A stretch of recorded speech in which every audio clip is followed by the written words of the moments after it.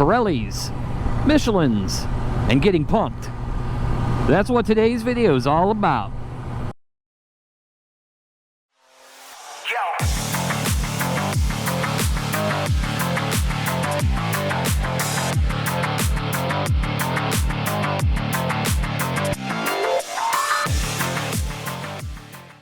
What's up, guys? I'm Code Gray. Welcome to the channel.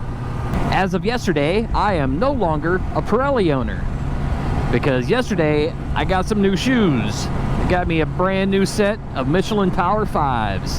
Oh yeah. Now before we get into the topic of the Michelins, we got to talk about the Pirellis first. Now don't you worry, this isn't going to be a long video because, I mean, how long can you talk about tires, right? Alright, now as far as the Pirellis go, I squeezed every last drop of blood out of those tires that I could. I probably pushed it a little bit too far, but I've done that before. Yes, I pushed them to the point to where some belts were just starting to peek through. Not as bad as my previous tire. If you guys seen the channel before, you'll know what I'm talking about. Here, let me remind you. I'll post a picture here. Now, it wasn't that bad. Nowhere near that bad. They were just starting to peek through a little bit. So, I got my money's worth out of them. Okay, how many miles did I squeeze out of those Pirellis? Well, I over-squeezed about 10,500 miles out of those suckers. I probably should have changed them at about 9,000, 9,500. You know, it just dawned on me. I didn't even tell you the full name of the Pirellis. They were the Pirelli Diablo Rosso 2s. Now, what do I think of those tires? I've got full experience with them, right from the start to that very last drop. Alright, so what did I think of those Pirellis? I actually think they were a great tire. Really good tire. Great grip. Really good handling. Tilt into a corner, no problem. I've never had a slide out, not once, wet or dry. So there's really not much to complain about. And for a sport bike tire, I got a lot of miles out of them. So if you ask me, I'm going to highly recommend the Pirellis. The Pirelli Diablo Rosso 2. Yeah, like I said, great grip, the wet and dry. Great handling, and another good thing about it is the price. They are Pirelli, so they're not, they're not going to be the cheapest on the market, but compared to even some of the cheaper brands, they're really not that bad. I think I paid about $110, $115 for the front tire, and I think it was about $170 to $180 for the rear tire. Not great, but overall really not too bad, especially for the mileage that I got out of them. So would I order them again? I absolutely would order them again. Why didn't I order them again? Well, I was going to, but when I went to order them, Amazon was out of stock on the rear tire, and I went to Cycle Gear, and they had the rear, but they had no front. And I wasn't about to wait on one and then go for the other, so I figured, heck, try something new, right? Which leads us into the Michelin Power Fives. Now, before we dive too deep into the Michelins, I want you guys to get a look at these things. I'll pull over up here and let you guys get a look, because these are some strange looking tires, especially for sport bike tires. They were in the sport bike section, and I was a little unsure when I first saw them. I had to Google it and get some reviews. But yeah, before we dive too deep, which honestly won't be that deep, I've only had them for 2 days, so we're gonna pull over up here and I'm gonna let you guys take a peek at this. All right, guys, here, check this out. Look at those tires. Aren't they weird looking? All these grooves, they almost look like an inverted knobby. Very strange for a sport bike tire. I'll explain more when I get back on the bike. Yeah, so I got the tires at Cycle Gear. I went through all their selection there. Like the Pirellis, they were missing match sets, but they did have a couple match sets of this one, which of course made me lean towards getting these. But I really didn't know anything about them, So of course I did a Google search, and also checked them out on Revzilla, and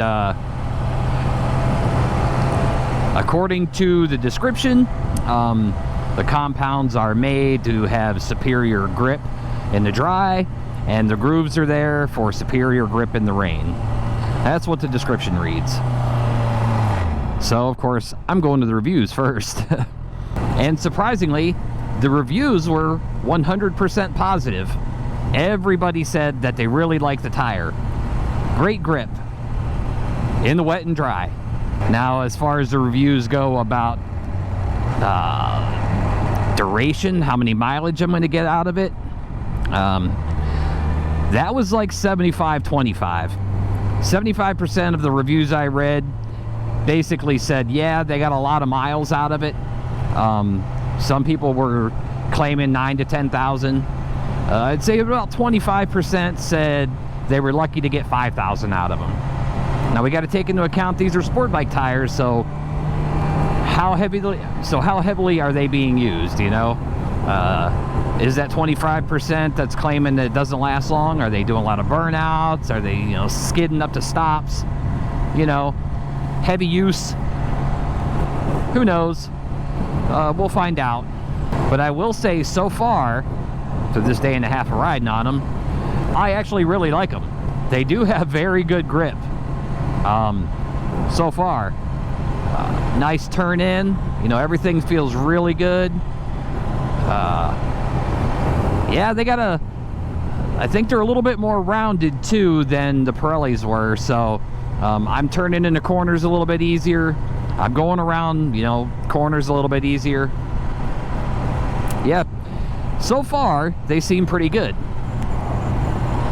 Now here's the downfall of these Michelin Power Fives. These suckers are quite a bit more expensive than the Pirellis. Quite a bit. Yes, if I remember right, the front was close to 200, or maybe just a little bit over, and the rear was like around 240, 250 or so, somewhere right around there. So yes, that is a very big drawback to these tires. Yeah, if these guys last longer than the Pirellis, I might consider buying them again, but they're going to have to last quite a bit longer than the Pirellis for me to justify spending that kind of money again. No matter how much I like them. Now here's a funny story of me getting pumped. This was just yesterday, during my tire change. I dropped my bike off at first thing in the morning, as soon as the dealership opened up, and they told me they'd give me a call later in the day and let me know how it was going. Well, it was getting quite a bit later in the day, so I figured I'd give them a call and get an update whether I was going to be picking the bike up the same day or waiting to the following day. So I gave them a call, and they said they were in the middle of doing it. They'd call me back in an hour. Well, they ended up calling me back about a half an hour later, and they told me bike was just about finished. Yeah, I could come on down to the dealership and they'd be done by the time I got there. So that's what I did. I show up, I go to the service desk, and the service manager, he starts to grab the paperwork for me to fill out and, you know, pay for it. And he's like, you know, hold on, before we do this, he goes, let me take you in the back. He goes, I want to show you something. I'm like, of course I'm thinking, uh-oh. And there's kind of a long hallway between the service desk and their maintenance area. And as we're walking down the hallway, he looks back at me and he says, hey, we were had to move a couple of bolts and stuff, and we accidentally dropped a bolt down where we shouldn't have. He goes, so we had to take a couple panels off. I'm like, okay. And he's like, okay, and he opens up the garage door, and there's my bike on a lift with not a single panel on it. All the fairings taken off, the front fairing taken off, headlights removed. Of course, my jaw drops. He looks at me for a second, and then he just starts rolling laughing. He's like, that's not your bike, man. That's another one. I just wanted to see what your face would look like. So yeah, he got me pretty good. All right, guys, time to wrap this one up. I'm Code Gray. I'll catch you guys in the next one.